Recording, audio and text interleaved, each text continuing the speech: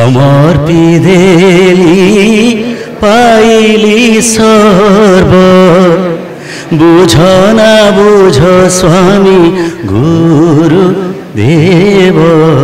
एते दिन पर ए माहौल को फेरिबा पई बहुत भल लगुच। कौट खाइल मुझे खाइली मोर इडली भात इडली पिटली से होटेल खाइली सी खाइलानी किसी समय जीवा भितर विशेष मन जहाँ चाहूला सी जगन्नाथ पूरण करदे तेणु बहुत कथा आउ बहुत कथा। नमस्कार, जय श्री जगन्नाथ। मु विभू किशोर आपण मानक समस्त को 2025 रथयात्रा हार्दिक अभिनंदन जनाऊँगी।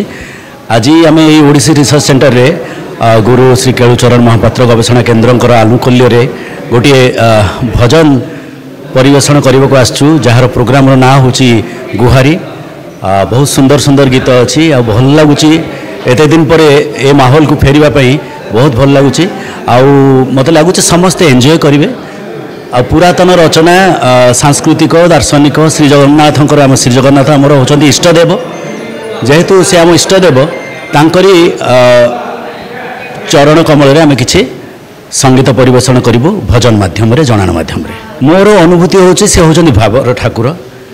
मो भावना से था मो अंतर था मत बाहर खोजा पड़ेनी।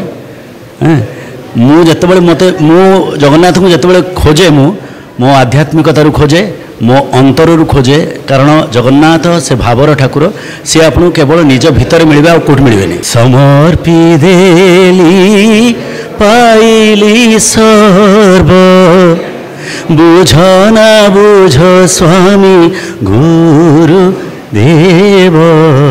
समर्पी देली पाइली सर्व।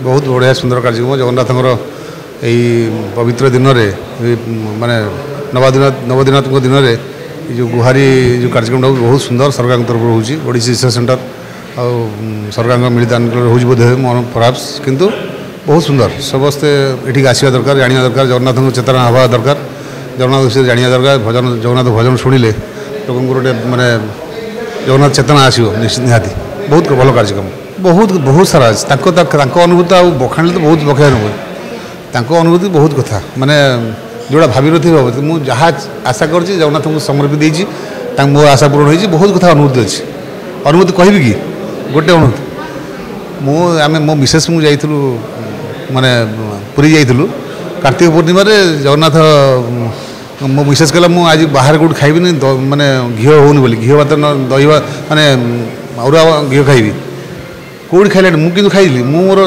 इडली भात इडली पिटली से होटेल खाइली सी खाइलानी किसी समय जीवा भितर जड़े लोक डाकिकी कौन शुद्ध विशुद्ध घी अरुआ डालमा आप खातु आम डाक खाया देला बसईकी खाया देला बिना पैसा तेणु सी गोटे जगन्नाथ कृपा नुह कि आम मो मिसेस मन जहाँ चाहूला सी जगन्नाथ पूरण करदे तेणु बहुत कथा आउ बहुत कथा।